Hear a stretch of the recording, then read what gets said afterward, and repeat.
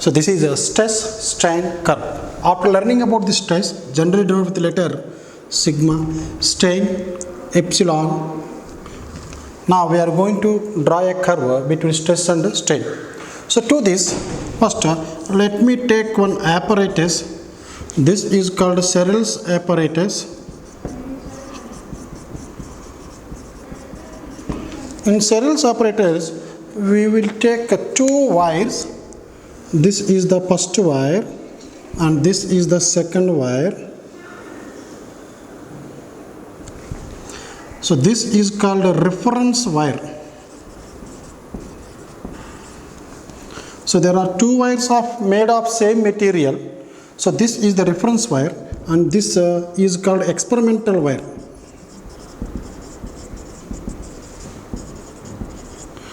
At the end of this experimental wire, we have a pointer. This is the pointer and it is moving on a vernier scale here. So this it is divided into small parts. This is a vernier scale, so which can measure up to 0.01 millimeters. Now here we will use a pan. So in this pan, first we will keep a dead load. Dead load means to make these two wires stiff enough, straight enough. So here also we will use the same load, but after that we will not increase the load in this case. We will keep the same load here initially. So both loads are equal. Now we are making these two wires stiff enough, straight enough. Then afterwards we will take this measurement, that is length of this one. Here this initial measurement I will take it as 0 when the dead load is placed here. Now let me draw one graph by taking the values from this table. So here I am going to take a stress. Here I am going to the corresponding strain. Let us say this dead load is very small, so that's why I am taking this as initial load as 0. The corresponding strain produced is 0, because with the help of this load I am not going to produce any elongation in this wire. I am just making this wire straight. Now when the load stress is 0, strain is 0. What is stress? Stress is the force acting per unit area. Actually speaking, restoring force developed per unit area of this wire. Now if load is 0, stress will become 0. Now let me increase the load here. So by increasing the load to 1 kg, or F is equal to MA, here F is equal to mg because it is acting downwards. So this deforming force is equal to the restoring force developed here. So let me take this as a mg, that is 1 into 9.8. I can take it as 9.8 newtons, but let me take g as 10 here. So if g is equal to 10, this will become 10 newtons.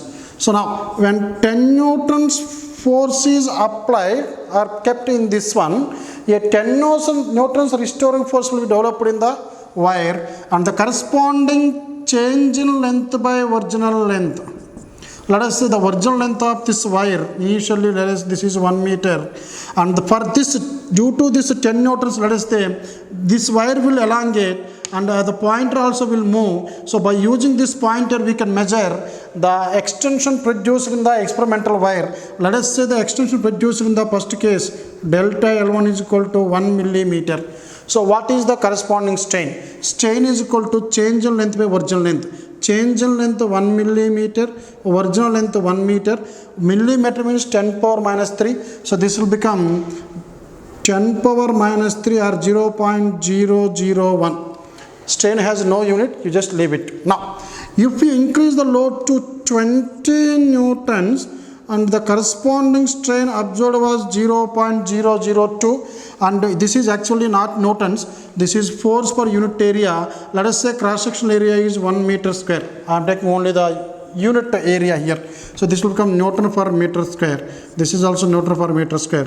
Suppose if the force applied is 30 newtons per 1 meter square area of that wire, let us say this corresponding strain produced is 0.03. If you observe these values, you can say that whenever the stress is doubled, strain is also doubled. If the stress is tripled, the strain, corresponding strain is also tripled. So that means For these values, stress directly proportional to strain. That means the wire is obeying the Hooke's law. Now, let me draw the graph by taking these values. So in this graph, what I am going to take? I am going to take a stress along y-axis and a strain along x-axis.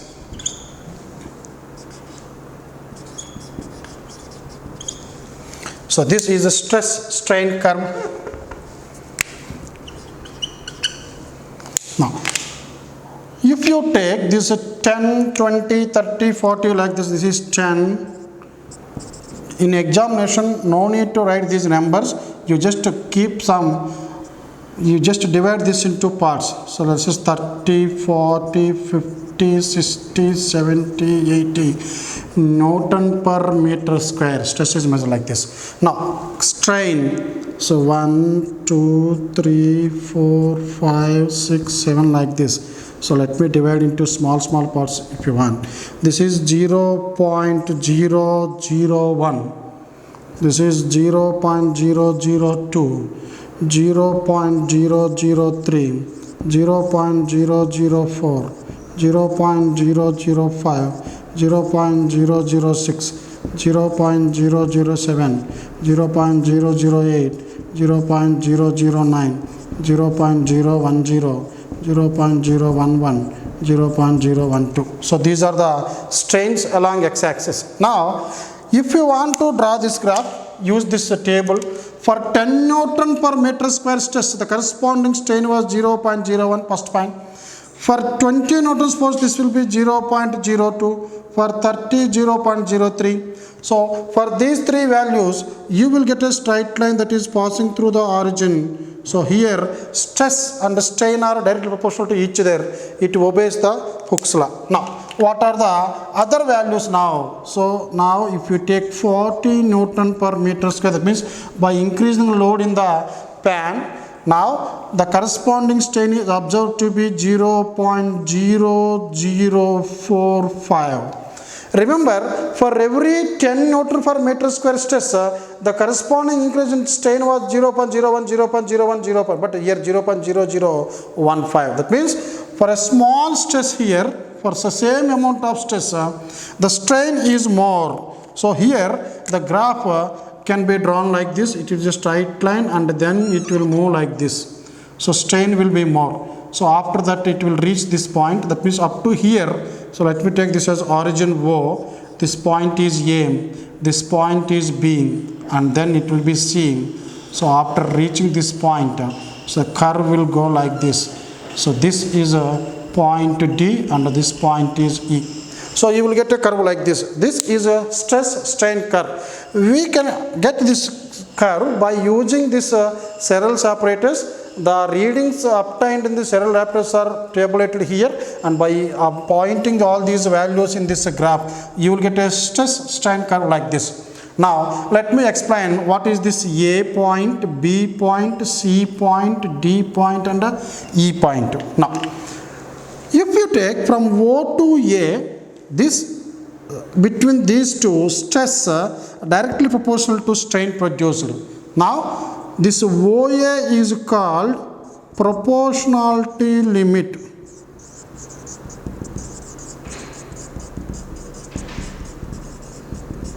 Why it is called proportionality limit? Why? Because from O to A, stress is directly proportional to strain. So even if we remove this load, let us say you keep 30 Newtons here, the corresponding increase in length for 30 Newton per meter square, corresponding change in length is 3 millimeter and corresponding strain is 0.003. Now, if you remove this 30 load, that means if you make it 0, then what will be the length of this wire? The initial length of this wire is 1 meter.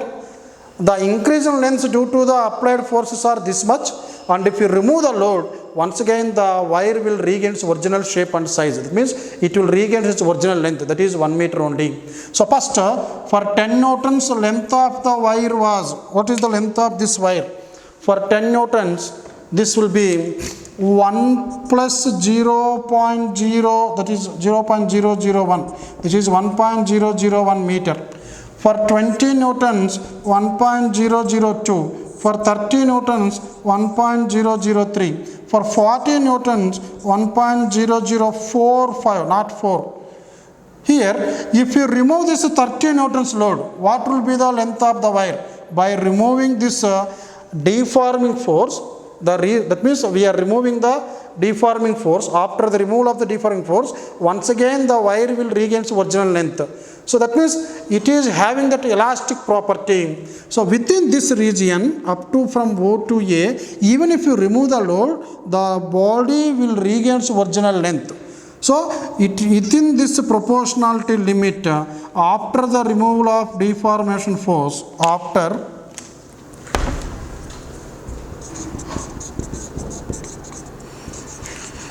removal of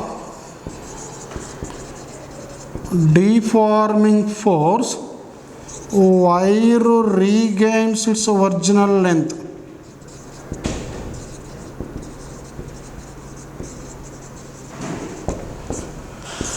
Now, so this is called proportionality limit. Now, after this, from A to B, what is happening?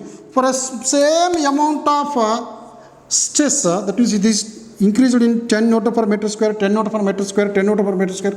Here also 10 Newton per meter square, but the corresponding strain is not equal to 0.001. Instead, this is 0.0045. So here strain is more for the same amount of stress.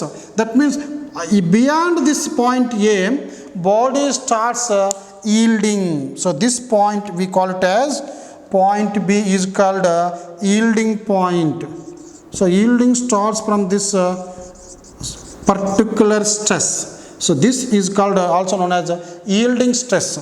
So this is called yielding point and corresponding stress is called yielding stress. So in this example, this 40 Newton per meter square stress is called yielding stress. Now, after that, if you increase this one for a small, that means here I am not increasing from 40 to 50, for 40 to 45 itself, the strain produced is too large. This is nearly 0.0015. That means after this point, this will continue to yield like this. Now, here, if you remove the load here, the body, that means if you remove this 45 newtons load, now here up to 30 Newton per meter square load, if you remove, after removing this one, body regains original length. But here, when the stress is equal to 45 Newton per meter square, the corresponding strain is 0.00. Now here it is 0.006.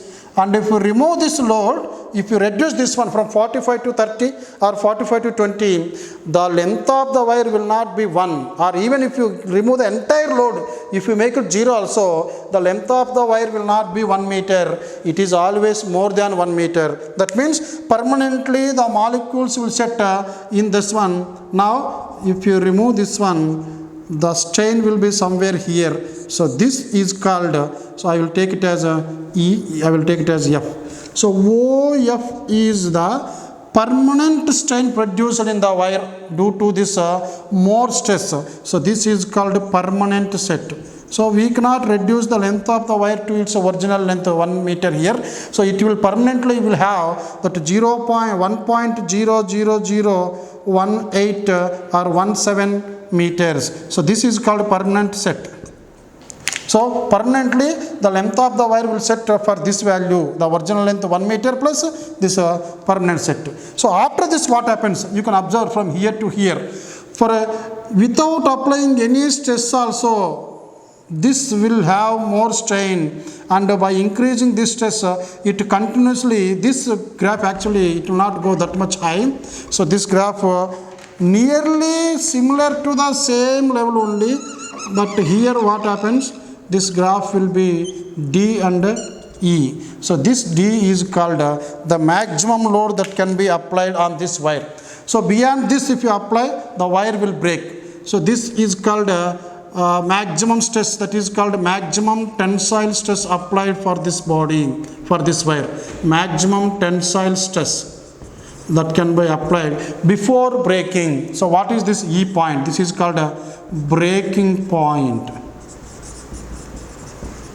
Let us say the maximum corresponding strain for this diagram is 57 Newton per meter square stress. That means when the load is 57 Newtons, this will have the maximum elongation here. So after that, even if you don't add the weight, so what happens here? Now if you remove the weight also, now after keeping this 57, now if you make 56, I am decreasing the load here.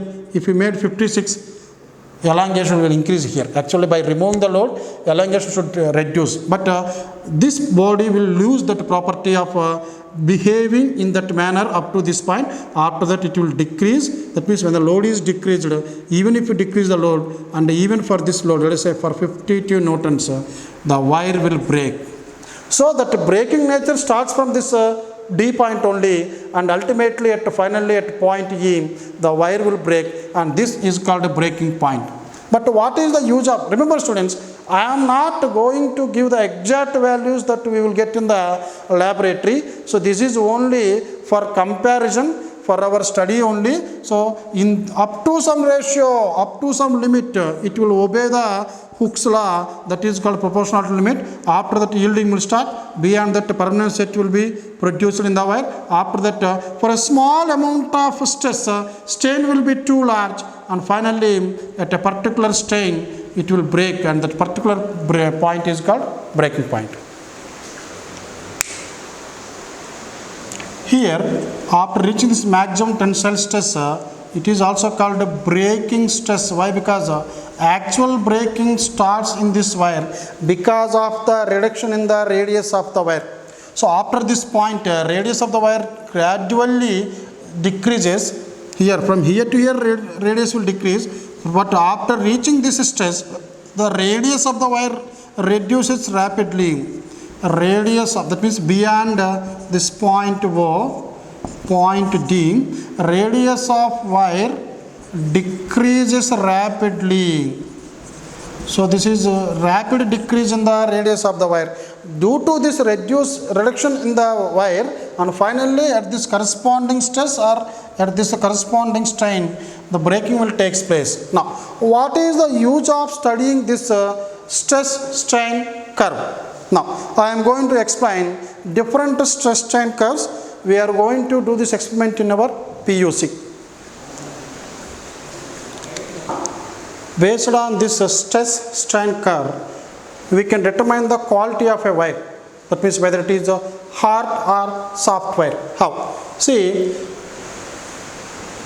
we have two stress strain curves here.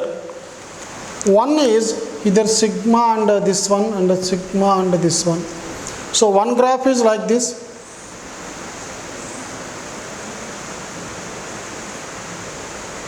And one more graph is like this.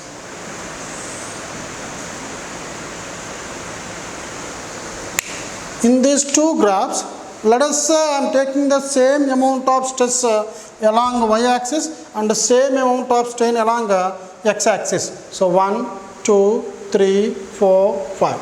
1, 2, 3, 4, 5. So this is 0.001, 0.002, 0.003, 0.004, 0.005.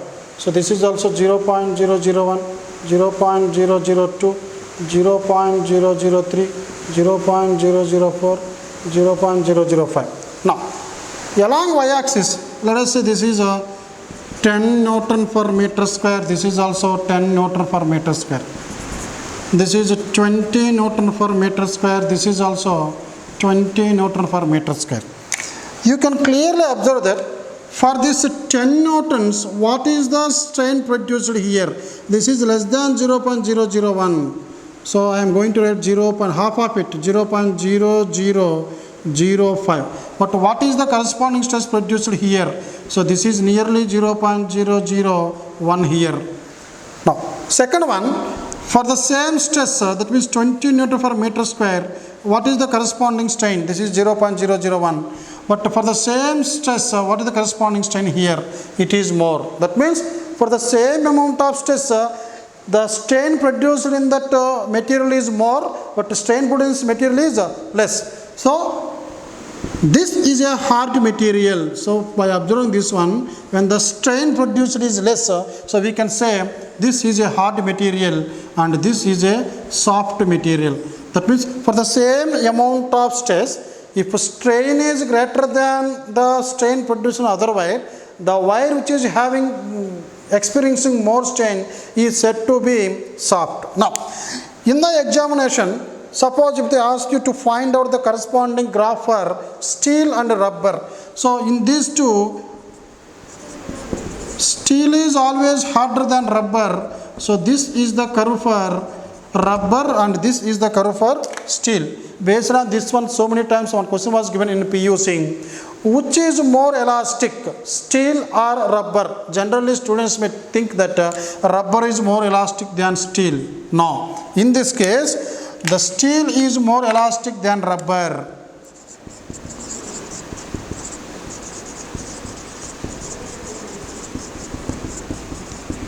Why?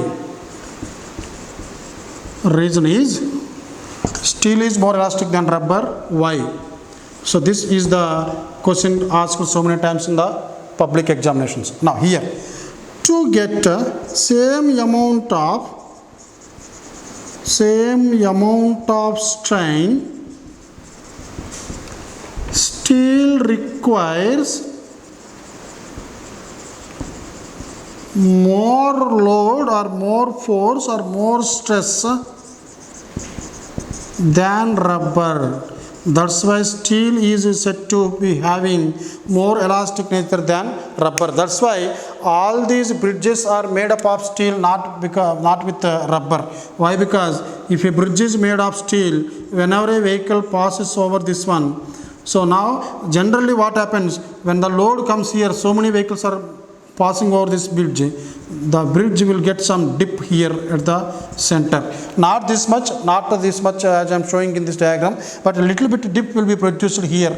So this is called dip produced in this one, we denote with the dou. So now what is the dip produced here? The dip produced here is given by WL cube by 4 BD cube into Y. So this is an expression which is not there in our syllabus. That means the derivation was not there, but we need to remember this formula. So based on this one, the depression produced in the bridge, where dou is the depression produced in the bridge, depends on these factors, where W is the load acting on this bridge, L is the length of the bridge, this is the length of the bridge, and 4 constant B is the width of the bridge, this is B, and D is the depth of the bridge, and Y is the Young's modulus of the material of the bridge. Now, when the depression will be more, very simple, depression in the bridge will be more when the load is more. That all we know. Whenever the load is more, the depression produced in this one will be more. Similarly, if length of the bridge is more, we know that if you keep a small wire here, if you keep 2 cloths on that one, the depression will be something. But if the length is more, then depression will be more. That's why if length is more, depression will be more, or dip will be more. But if the width is more, that means if the thickness of this one D is more or width is more, then depression will be less. Why? Because these are inversely proportional to each other. If Young's modulus is more, depression will be less. That's why Young's modulus for steel is more than rubber. So this is why we are using steel for constructing bridges. Why? Because Young's modulus of steel is more than Young's modulus of rubber. That means while selecting the material for construction purpose, we need to select the materials whose Young's modulus should be more, so that the depression or the elongation or the dip produced in this construction will be less, as these two are inversely proportional to each other. Now, based on these two, I can draw 2 more diagrams. So this is a stress strain curve for one material, and I am going to draw one more diagram here. Now, in the first diagram, here I am getting a curve like this, and in the second diagram, I got a curve like this. So what is the meaning of these two? So this is stress, this is strain, this is stress, this is strain. Here what is happening? when the load increases, generally initially both are proportional to each other, stress and strain are proportional to each other, it obeys Hooke's law. After that it won't obey Hooke's law. So without much increase in the stress, strain will be produced here, so it is undergoing strain for a small amount of stress. So these materials are known as ductile materials. So that means they are not going to break immediately after this point, just like here, but it is having a very long curve here. That means the strain produced in these type of materials is more.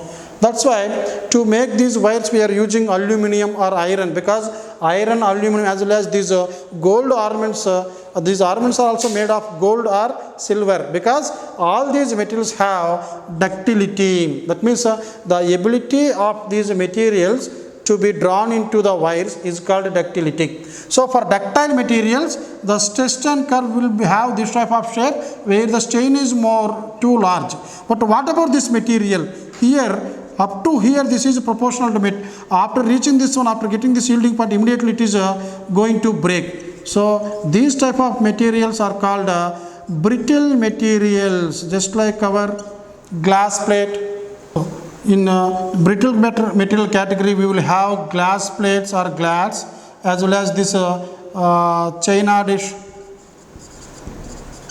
So these are all china dishware. These are all brittle material. That means they cannot sustain that much load. So these are the different types of graphs.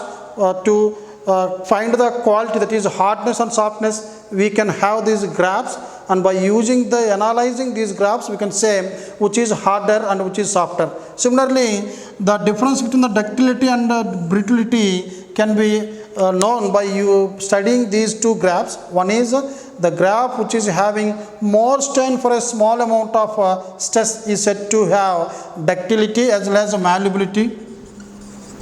And the graph that is showing this type of nature, that means immediately after getting this proportional, after reaching this proportional limit, immediately it is going to break for a small amount of stress.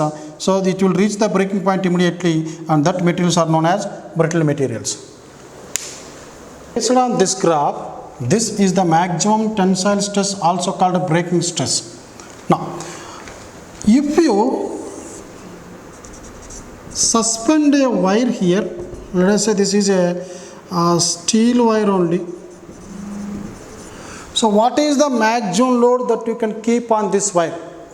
Now if you are keeping some cloths here, so what is the maximum weight of the cloth that can be kept on this wire so that this wire will not break? So to find out this one, we need to use this one, breaking stress. So breaking stress is given by breaking force by area. So what is this breaking force? The breaking force is given by breaking stress into area. Now let us say in this example, this is a stress strain curve for a steel wire. What is the breaking stress here? So here we mentioned this as 57 Newton per meter square. So this is 57 Newton per meter square. Let us say the cross sectional area of this wire is let me take it as 0.02 meter square. So I am writing 0.02 here. So this is 57 into 2 by 100. So this is 114 by 100. So 1.14 newtons. That means the maximum load that can be kept on this wire is 1.14 from this graph. That means if you keep a load more than this, then this breaking will start. But generally we are not going to keep this much load on this one. Now what we have to do, so there is a safety ratio for anything, not only this one, even for bridges. So we are using one safety ratio. Generally this is around 1:10 to 1:5. It changes from country to country. Now, here, if the maximum load that can be kept, this is breaking force means maximum load that can be kept on this wire. So, this is 1.14 Newton. But if you divide this with 10, what you are going to get? So, this is the maximum, but this is the maximum load. But what is the safe load that can be kept here? The safe load can be 1/10 of this one in most of the countries. So, this is 1.14 by 10, 0.144 Newtons. Now, you might have seen some bolts nearer to these bridges. Entry is restricted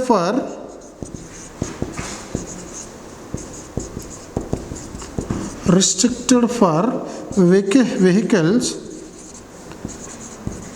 more than 40,000 tons or 40 tons. Like this, you might have seen some bolts which are placed on the old bridges. Why? Because as we are using these bridges for the long time, gradually creeping takes place. Creeping means due to the continuous load on these bridges, elongation will take place to this one, and they will reach this condition. That means for a small amount of load also elongation will be more. So by measuring the breaking stress of this one, they will measure the maximum load that can pass over these bridges. So here also the safe load is around 1/10, or in some countries they may keep 1/5, 1/6, 1/7. Now, by using these values, we can give the maximum load that can pass over the bridges. So this is how we can use a stress strain curve in constructing these bridges or these pillars or these very big buildings where they can keep maximum load.